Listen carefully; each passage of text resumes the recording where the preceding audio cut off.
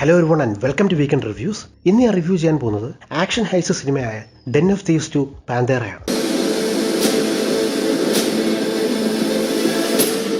2018 release ചെയ്ത den of thieves ഭയങ്കര unrated ആയിട്ടുള്ള ഒരു ഹൈസ് സിനിമയായിരുന്നു. ഓവർ ദി ഇയേഴ്സ് നല്ലൊരു ഫാൻ ബേസ് ഉണ്ടാക്കിയെടുക്കാൻ ആ സിനിമയ്ക്ക് പറ്റിയിട്ടുണ്ട്. മാത്രമല്ല ഈ നോർമലായിട്ടുള്ളൊരു ബാങ്ക് മോഷണമല്ല. അതിൽ ടെക്നിക്കലി എന്തെങ്കിലും മോഷണം പോയിട്ടുണ്ടോ എന്ന് ചോദിച്ചാൽ ഇല്ല, പക്ഷേ എന്നാൽ ഒരു മോഷൻ നടന്നിട്ടുണ്ട് ആ ഫിലിമിൽ. സോ ഭയങ്കര രസമുള്ളൊരു ഫിലിമാണത്. നിങ്ങൾ കണ്ടിട്ടില്ലെങ്കിൽ ജസ്റ്റ് ഒന്ന് കണ്ടു നോക്കുക ആ ഫിലിം. സെക്കൻഡ് പാർട്ടിലേക്ക് വരുമ്പോൾ കംപ്ലീറ്റ് ആയി പുതിയൊരു സെറ്റിംഗ് അല്ലെങ്കിൽ ലൊക്കേഷനായ യൂറോപ്പിലാണ് കഥ നടക്കുന്നത്. ഇനി പ്ലോട്ടിലേക്ക് വന്നാൽ ബെൽജിയത്തിലുള്ള വേൾഡ് ഡയമണ്ട് സെൻറ്റർ, അതായത് ലോകത്തെ ഏറ്റവും കൂടുതൽ ഡയമണ്ട് സെയിലും എക്സ്ചേഞ്ചും ഒക്കെ നടക്കുന്ന സ്ഥലത്താണ് ഇത്തവണ ഒരു കൂട്ടം കള്ളന്മാർ ഹൈസ്റ്റിന് ശ്രമിക്കുന്നത്.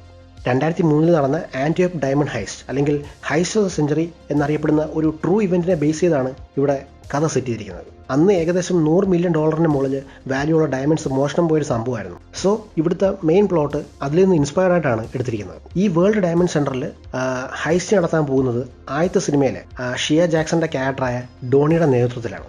ഫസ്റ്റ് പാർട്ട് കഴിഞ്ഞിട്ട് ഡോണിയെ ഇപ്പോഴും ഹണ്ട് ചെയ്യുകയാണ് ജെറാർഡ് ബട്ട്ലറിൻ്റെ ക്യാരക്ടറായിട്ടുള്ള നിക്ക്. പക്ഷേ ഇത്തവണ അയാൾ ഹൈസ് തടയാനോ അല്ലെങ്കിൽ ഡോണിയെ അറസ്റ്റ് ചെയ്യാനോ അല്ല വരുന്നത്. കാരണം അയാൾക്ക് പൈസയുടെ ആവശ്യമുണ്ട്. അതുകൊണ്ട് തന്നെ പോലീസ് ജോലി ഉപേക്ഷിച്ചിട്ട് അയാൾ ഈ ഗ്യാങ്ങിൻ്റെ കൂടെ ചേരുകയാണ് ഹൈസ്റ്റിന് വേണ്ടി. അങ്ങനെ അവർ ആ വേൾഡ് ഡയമണ്ട് സെൻറ്ററിൽ മോഷ്ടിക്കാൻ ശ്രമിക്കുന്നത്. അതിനുശേഷം സംഭവിക്കുന്ന കാര്യങ്ങളൊക്കെയാണ് കഥ മുൻപോട്ട് കൊണ്ടുപോകുന്നത്. ഇനി പോസിറ്റീവ്സിലേക്ക് വന്നാൽ ഈ സിനിമയുടെ ഏറ്റവും ബെസ്റ്റ് ഫാക്ടർ ഇതിൻ്റെ ലൊക്കേഷൻ തന്നെയാണ്. ഇപ്പോൾ നമ്മൾ നോർമലായിട്ട് കണ്ടുവരുന്ന ഒരു ബാങ്ക് മോഷണമൊന്നുമല്ല, യൂറോപ്പിലാണ്. സോ ആ ഒരു ചേഞ്ച് ഓഫ് ലൊക്കേഷൻ ഇതിനൊരു ഫ്രഷ്നെസ് കൊണ്ടുവരുന്നുണ്ട്. ഈ സിനിമയിൽ ഏറ്റവും ഇമ്പോർട്ടൻസ് കൊടുക്കുന്നത് ഇതിലെ ഹൈസ് സീനിന് തന്നെയാണ്. അത് നല്ല ടെൻഷനോടെ തന്നെ അവർ കാണിച്ചിട്ടുമുണ്ട്. അതുപോലെ തന്നെ ക്ലൈമാക്സിലോട് അടുക്കുമ്പോഴുള്ളൊരു കാർ ചേസും അത് അടിപൊളിയായിട്ട് അവർ എക്സിക്യൂട്ട് ചെയ്തിട്ടുണ്ട്. ഈ ജെറാർഡ് ബട്ട്ലർ പക്ക മാസ് പേഴ്സണുള്ള ഒരു ആക്ടറാണ്, അത് നമുക്ക് എല്ലാവർക്കും അറിയാം. സോ ആദ്യത്തെ ഫിലിമിലെ പോലെ തന്നെ ആ ഒരു ആറ്റിറ്റ്യൂഡൊക്കെ അവിടെ പിടിച്ചു നിൽക്കുന്നുണ്ട്. പക്ഷേ പുള്ളിയുടെ ആ ഒരു ആക്ടിങ് സ്കിൽസ് ഇതിൽ ശരിക്കും കൊണ്ടുവരുന്നത് ക്ലൈമാക്സിലെ ട്വിസ്റ്റ് കഴിഞ്ഞിട്ടുള്ള കുറച്ച് സീൻസിലാണ്. ആ ഒരു പുള്ളിയുടെ ആ ഒരു ഇമോഷണൽ കോൺഫ്ലിക്റ്റ് ഒക്കെ ഡയലോഗ്സ് ഇല്ലാതെ നല്ല രീതിയിലൂടെ കാണിക്കാൻ കഴിയുന്നുണ്ട്. ഇനി നെഗറ്റീവ്സിലേക്ക് വന്നാൽ ഫിലിമിൻ്റെ ഒരു ലെങ്ത് ഒരു ഇഷ്യൂ ആയിട്ട് തോന്നി, എസ്പെഷ്യലി ഫസ്റ്റ് ഹാഫിൽ. ഈ ഹൈസിലോട്ട് കടക്കുന്നതിന് മുമ്പുള്ള കുറച്ച് സെറ്റപ്പും കാര്യങ്ങളൊക്കെ ഉണ്ട്.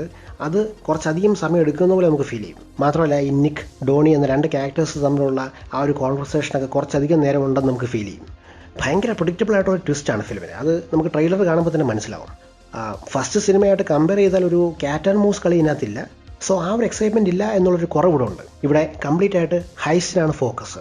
സോ ഓവറോൾ പറഞ്ഞാൽ ഒരു എബോ ആവറേജ് ഹൈസ് സിനിമ തന്നെയാണ് ഡെൻ ഓഫ് തീവ്സ് 2. ഒരു സ്ലോ ഫസ്റ്റ് ഹാഫും എക്സൈറ്റിംഗ് ആയിട്ടുള്ള സെക്കൻഡ് ഹാഫും ഫിലിമിനുണ്ട്. പക്ഷേ ആദ്യത്തെ സിനിമയുടെ ആ ഒരു ഇമ്പാക്റ്റ് ഇവിടെ കൊണ്ടുവരാൻ കഴിഞ്ഞിട്ടില്ല. എന്നാലും ഒരു സോളിഡ് സെക്കൻഡ് പാർട്ട് തന്നെയാണ് ഈ സിനിമ. ഡെഫിനറ്റ്ലി ഒരു തവണ കാണാനുണ്ട്. സോ ഇതാണ് എൻ്റെ review of Den of thieves 2. എൻ്റെ റിവ്യൂ ഇഷ്ടപ്പെട്ടെങ്കിൽ എൻ്റെ ചാനലിലെ മറ്റ് വീഡിയോസ് കയറി നോക്കുക.